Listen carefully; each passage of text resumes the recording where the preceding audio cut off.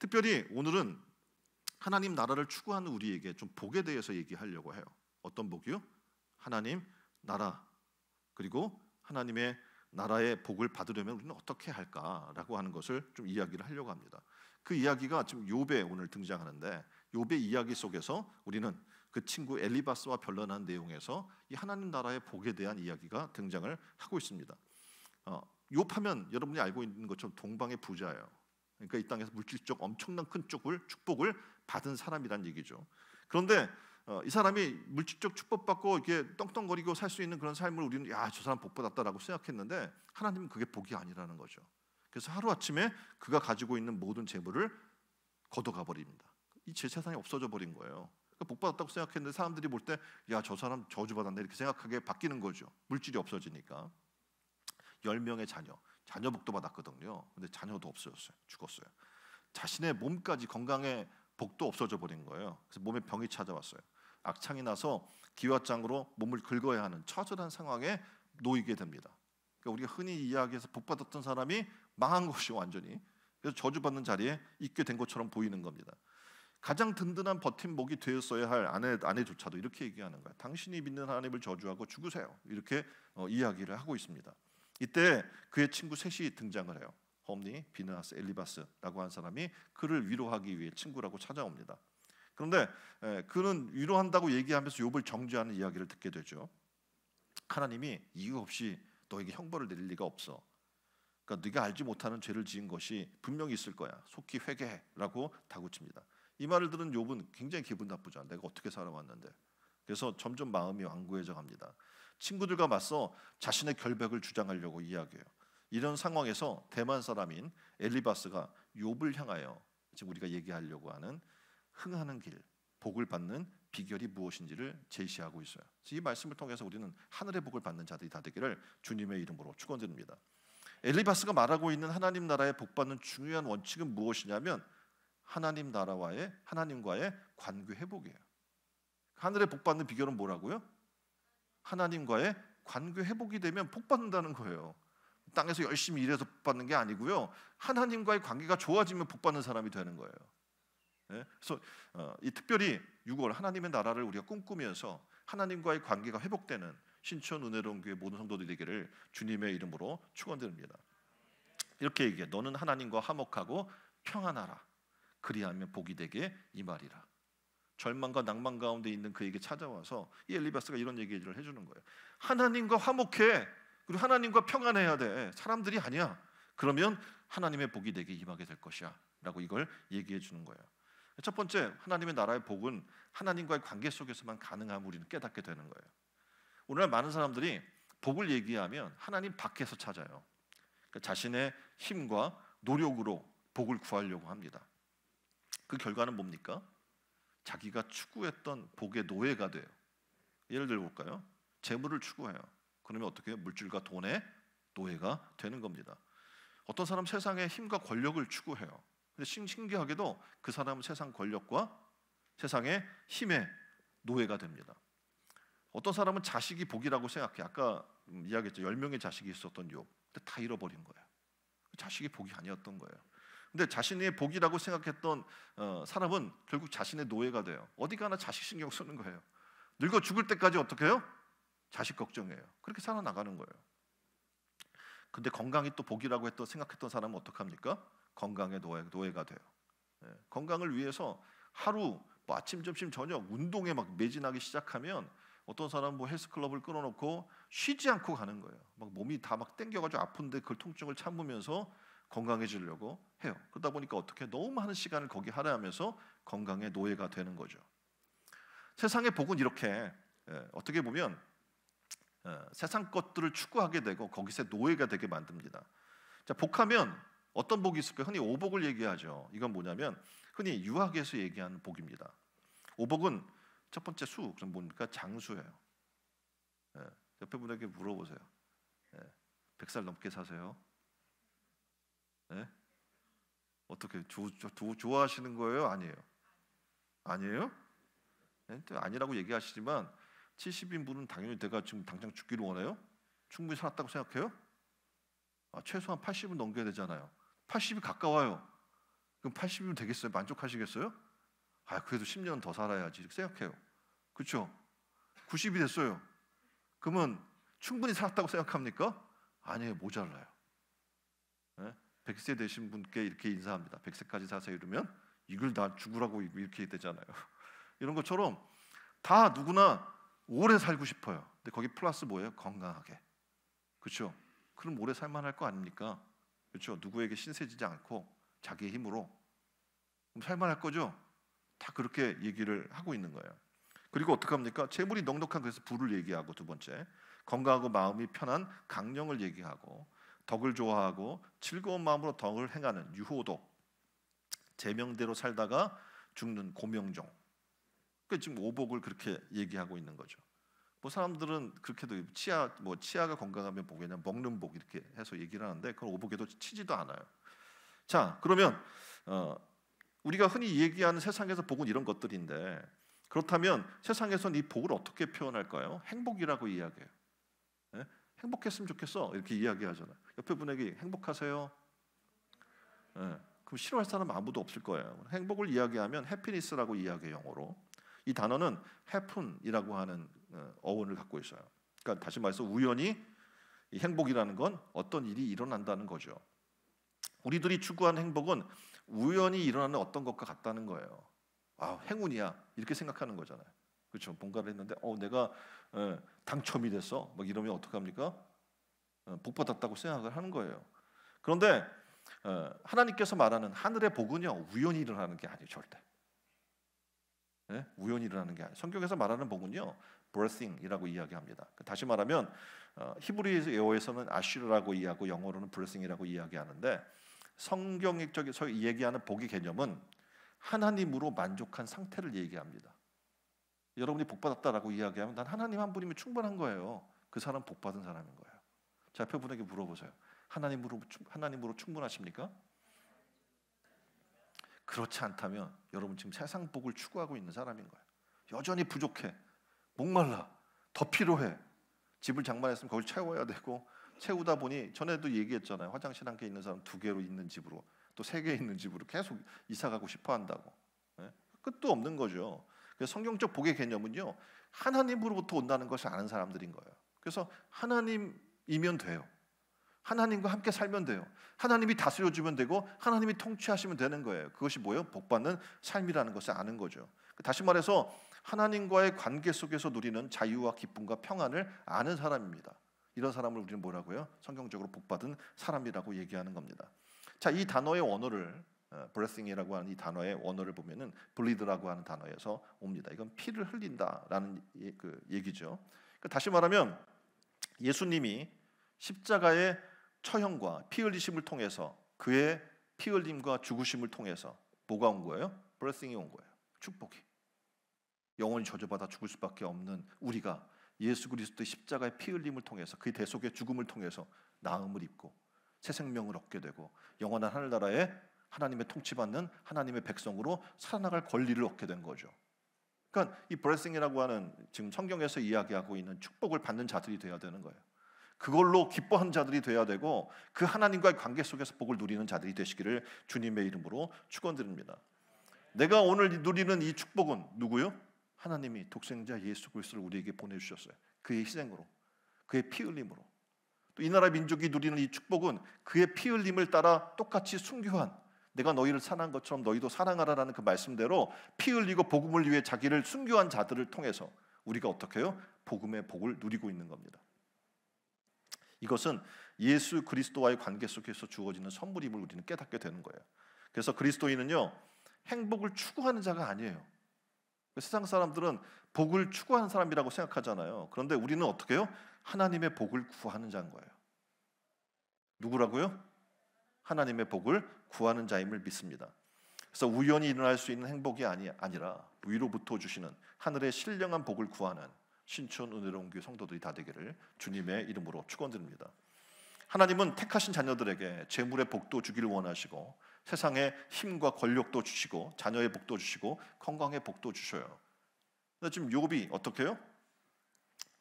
하나님과의 관계가 좀 지속되기 위해서 하나님이 더 큰 갑절의 복을 주시기 위해서 어떻게 하면 다 걷어가 버려요. 그것이 너의 복의 근원이 아니야.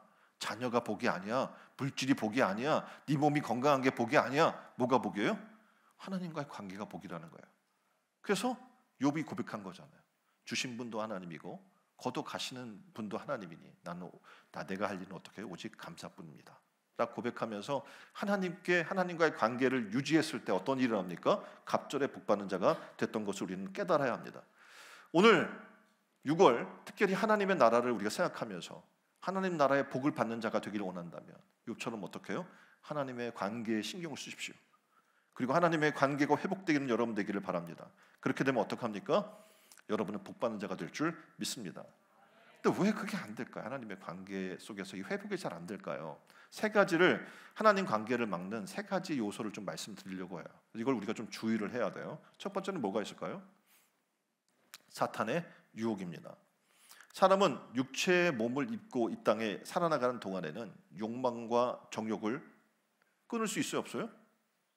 있어요, 없어요? 끊을 수 있는 사람? 네? 없어요. 사도 바울 같은 사도 같은 사람도 어떻게 해요? 난 날마다 죽어야 돼. 어제 죽었는 줄 알았는데 오늘 또 내가 살아서 정욕과 욕심과 세상 살아가는 것들을 가지고 살아나가는 자신을 발견하는 거예요. 그래서 자신의 공고함을 봐요. 오, 나는 공고한 자다 라고 고백하면서 나는 날마다 죽노라라고 고백하는 거거든요. 유혹자는 유혹당하는 자가 연약하게 반응할 요소를 너무나 잘 알고 있습니다. 다시 말해 사탄은 우리가 뭐에 유혹당하는지를 너무 잘 알아요. 그러니까 여러분들이 나는 안 넘어갈 거야 라고 생각하지만 베드로 같은 사람도 넘어가는 거예요. 그의 약함을 알거든요. 악마들의 대학이 있대요. 거기 이 대학에 교양 과목이 있는데 그 과목의 제목이 뭐냐면 유혹이에요. 유혹 교과서의 첫 장은 이렇게 시작합니다. 인간을 유혹할 때는 다음 세 종류의 말을 써라. 야, 옆에 딱 얘기해 주세요. 야, 이거 누구나 다 하는 일이잖아. 첫 번째. 두 번째. 대수롭지 않은 건데 뭐. 세 번째. 야, 딱 한 번만이야. 가장 학점이 많은 과목은 뭐냐면 나중으로 미룸이에요. 야, 내일로 하자. 내일 하자. 오늘 해서 안 하겠다는 거 아니야. 오늘 안 하고 언제? 내일. 내일이 되면 또 다음 날로. 미루는 거예요. 그래서 사탄의 이 과목에서 이렇게 설명을 해요. 내 낚시에 미룸이라는 미끼를 끼워라. 그리하면 내 광주리가 차고 넘치리라. 학생들에게 가장 인기 많은 교수가 있었대요. 근데 천사 중에 전향해온 젊은 이론 교수인데 그 학생들에게 이런 원리를 가르쳐줘요. 첫째, 안개비에 옷 젖을 줄 모르도록 악도 서서히 젖어들게 하며, 둘째, 쥐꼬리만한 명예를 주어 지극히 교만하게 할 것이며, 셋째, 영원히 살 것처럼 영원히 누릴 것처럼 생각하게 하라. 그럴듯하죠. 수많은 사람들이 이 미혹의 유혹에 넘어가고 있는 거예요. 탐심, 간음, 교만, 술 취함, 비방, 명예 같은 걸로 모든 사람 각자가 약한 부분이 있어요. 취약한 부분이. 그 속성에 맞게 사탄은 유혹한다고 얘기하고 있는 겁니다. 그래서 야고보서 1장 15절은 이렇게 얘기합니다. 욕심이 잉태한즉 죄를 낳고 죄가 장성한즉 뭘? 사망을 낳느니라. 그림을 보면 지금 만화인데요. 여기 이런 그림이 Don't open their door라고 돼 있어요. 그림에 보면 좌측에 보면 사람이 하나 있죠. 온몸에 부상당한 사람이 유혹의 문을 열려고 해요. 그래서 거기서 이렇게 표현하고 있어요. 내가 당신이라면 그 문을 열지 않을 거예요. 경고를. 왜냐하면 당해봤거든. 온몸에 부상당했잖아요. 들어가지 마 거기 제발. 내가 너라면 절대 안 들어갈 거야 라고 경고를 해요. 그런데 이 사람 문고리를 잡고 있죠. 나도 해봐야지. 그치? 안 해보고 어떻게 알아? 그래서 어떡합니까? 뜨거운 불에도 들어가 봐야 되고 두들겨도 맞아봐야 되고, 이게 일반적인 사람들의 모습인 거예요. 유혹의 문 앞에는 뭐라고 되어 있습니까? 템프테이션 문 앞에 아래에 보면 이런 펜발이 달려 있어요. 뭐라고 달려 있습니까? 네? 들어가지 마시오 라는 경고가 붙어 있습니다. 그리고 그 문 뒤에는 누가 있어요? 죄라고 하는 괴물이 문 앞에 기다리고 있는 것을 보게 돼요. 그 밑에 말씀은 뭘 표현하려고 하냐면 이 말씀을 표현하는데 창세기 4장 7절의 말씀을 표현해주고 있습니다. 재물을 연락받지 못한 가인이 몹시 분노해요. 그리고 그러고 있을 때 하나님께서 가인에게 하신 말씀이에요. 내가 선을 행하면 어찌 낫을 들지 못하겠느냐. 선을 행하지 아니하면 죄가 문에 엎드려 있느니라. 죄가 너를 원하나 너는 죄를 다스릴지니라. 아멘. 이렇게 해야 돼요. 그 유혹에 대해서, 죄에 대해서 철저히 어떻게 합니까? 다스릴 자리가 나가야 되는 거예요. 근데 여러분이 아시는 것처럼 이 말씀의 결과는 어떻게 됩니까? 분을 참지 못한 가인이 누구를? 동생 아벨을 쳐 죽여버리고 말아요. 그리스도인은 거듭났다고 해서 유혹이 사라지는 게 아니에요. 유혹은 계속 문 앞에 어떻게 해요? 기다리고 엎드려져 있는 겁니다. 거듭난 그리스도인이라면 지속적인 죄의 유혹에 어떻게 해요? 빠지지 않도록 지속적으로 하나님 말씀 가운데 서야 될 줄 믿습니다. 오스왈드 챔버스가 죄와 구원이라는 책에서 사람의 세 가지 이런 경향이 있다고 얘기를 해주고 있습니다. 어떤 경향이 있을까요? 우리에게는 제 앞에서 사람 가르쳐 주세요. 안일해지려는 경향. 자, 이제 성정도 건축했으니까 좀 쉬면서 합시다. 너무 무리하게 서둘러서 하지 맙시다. 뭐 이렇게 하겠죠. 그리고 어떻게 합니까? 옛 품성으로 복귀하려는 경향. 옛날이 좋은 거예요. 옛날이. 애굽에서 출애굽해 나온 광야에 있던 백성들이 애굽의 때가 좋다고 얘기하는 것처럼 옛날이 좋다고 얘기해요. 그리고 또 어떻게 해요? 반란을 일으키려고 하는 경향. 하나 누가 말을 해요. 복음을 얘기하고 하나님 말씀을 얘기하면 반발하려고 하는 경향이 있다는 겁니다. 그러니까 사람은 본성적으로 도덕적인 것은 도덕적이지 못한 것으로, 영적인 것은 영적이지 못한 것으로 돌아가려는 경향이 있다라고 표현해주고 있는 겁니다. 그래서 야고보서 1장 14절은 우리의 본성은 이렇게 표현해요. 오직 각 사람이 시험받는 것은, 그러니까 우리가 시험받는 이유가 있는데 뭐냐면 자기 욕심에 끌려 미혹됨이라. 하나님이 지켜주지 않아서 그런 것도 아니고 하나님이 경고해 주지 않아서 그런 것도 아니에요. 이유가 뭐예요? 예? 자기 욕심에 미혹됐다라고 이야기해 주고 있는 겁니다. 그러니까 욕심이 보여주는 이미지는 에덴 동산과 같아요. 특별히 보암직하고 먹음직하고 아름답게 자기를 바꿔줄 것 같은 거죠. 근데 그 종착지는 뭐라고 성경 경고해 주고 있어요? 옆에 분에게 얘기합시다. 파국이야. 파국이야. 그 결과는 파국이에요. 그래서 우리는 어떻게 합니까? 성도와의 성도의 관계를 깨트려 버려요. 이 유혹과 미혹에 빠지게 되면. 그리고 사랑해야 될 사람을 미워하게 돼요.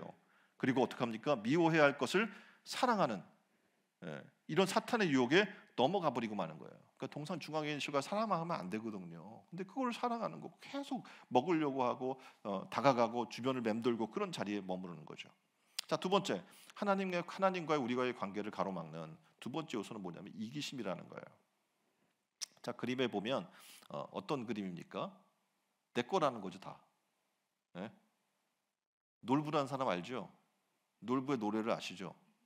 네 것도 내 것이고 내 것은 내 거. 그렇죠?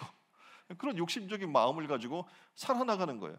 끊임없이 자기 욕망을 채우려고 하는 겁니다. 그래서 욕심이 잉태한 즉 죄를 낳게 되죠. 그리고 죄가 자라면 사망에 이른다고 경고해주고 있는 겁니다. 그러니까 욕망에서 벗어나려면 성경은 뭐라고 사도 바울이 이야기하죠. 내가 자족을 배운다라고 얘기하면서 없어도 하나님의 은혜로 만족하고 있어도 그 있는 것 갖고 나누는 것으로 또 만족하고 하나님의 은혜에 감사한 태도가 우리에게 필요하다는 겁니다. 그래서 이 은혜로 나가려면 뭐가 필요한 거예요? 베풀고자 하는 섬김의 자세가 우리에게 필요한 줄 믿습니다. 자, 세 번째 요소는 뭐냐면 하나님과의 우리의 관계를 가로막는 세 번째 기본적인 요소인데 기본이에요. 뭡니까? 죄라는 거예요. 죄. 우리는 죄를 짓고 또 짓고 같은 죄를 또 져요. 개가 토하고 먹고 다시 또 토하고 먹고 하는 것과 같은. 돼지가 진흙탕에 놀고 찢어놓으면 또 거기가 놀고 반복하는 것처럼. 그래서 하나님과의 관계를 우리가 유지하려면 죄를 끊어야 돼요. 죄의 자리에서 어떻게 해야 돼요? 떠나야 돼요. 그렇죠? 그렇지 않으면 어떡합니까? 하나님과의 관계를 유지할 수 없는 겁니다. 왜냐하면 죄의 성향은 하나님을 대항하게 만들거든요. 에덴 동산 중앙에 있는 실과를 먹지 말라고 분명 정령 죽는다고 얘기했는데 하와는 어떻게 했습니까? 먹었어요. 그리고 그걸 가져가서 남편에게 아담에게 줍니다. 너도 먹으라는 거죠. 먹으면 너무 좋다는 거예요. 성경은 우리에게 이야기해요. 죄를 품고 있으면 거룩하신 하나님 품으로 갈 수 없어요. 숨어요. 죄를 짓니까 어떻게 했어요? 아담과 하와가 숨어요. 그리고 끊임없이 하나님을 두려워해요. 그 죄를 어떻게 해요? 가지면 피하는 거예요, 하나님을. 그래서 우리는 그 순간에 어떻게 합니까? 두렵고 떨림으로 죄를 하나님 앞에 고백해야 하고 하나님께 나아가야 될 줄 믿습니다. 야고보 4장 8절에는 이렇게 이야기합니다. 하나님을 가까이 하라. 그리하면 너희를 하나님이 어떻게 해요? 가까이 해주시라. 죄인들아 손을 깨끗이 하라. 두 마음을 품은 자들아 마음을 성결하게 하라. 아멘. 하나님을 가까이 하십시오. 6월 하나님의 나라에, 하나님의 통치에 하나님 복 받기를 원한다면 하나님을 가까이 하는 이 한 달이 되기를 주님의 이름으로 축원드립니다. 내 삶에 하나님과 멀어진 것이 없을까? 혹시 한번 찾아보세요. 내가 하나님 말씀을 멀리하지 않았나? 기도하는 삶을, 성전에 나오는 삶을, 또 복음을 전하는 삶을, 또 성도들과의 교제의 삶을 내가 멀리하지 않았는가? 내가 열심히 수고하고 노력했는데 여전히 뭔가 2% 부족한 것이 있다면 하나님과 멀어지고 있는 징조거든요. 그러니까 어떻게 합니까? 다시 하나님 앞에 나와야 돼요. 하나님을 가까이 하려고 힘써야 될 줄 믿습니다. 더욱더 중요한 것은 사탄의 유혹들이 있는 것이 발견됐다면 과감하게 어떻게 해야 돼요? 끊어 버리시길 바랍니다. 내 안에 아까 이야기했던 탐욕이 있다면 끊어 버려야 돼요. 십자가에 못 박아야 돼요. 내 안에 이기심으로 나만 잘 되고자 잘 살고자 하는 그런 욕심이 있다면 어떻게 해요? 내려놓는 훈련을 해야 합니다. 그리고 섬기고 베풀고 나누는 훈련을 해야 될 줄 믿습니다. 내 안에 여전히 회개되지 않고 정산되지 않은 죄의 문제가 있다면 어떻게 해야 될까요? 회개해야 될까요? 하나님 앞에 나와서. 그래서 하나님과 그 관계가 회복될 때 하나님이 우리를 위해 예비하신 하늘의 놀라운 복을 누리게 될 줄 믿습니다.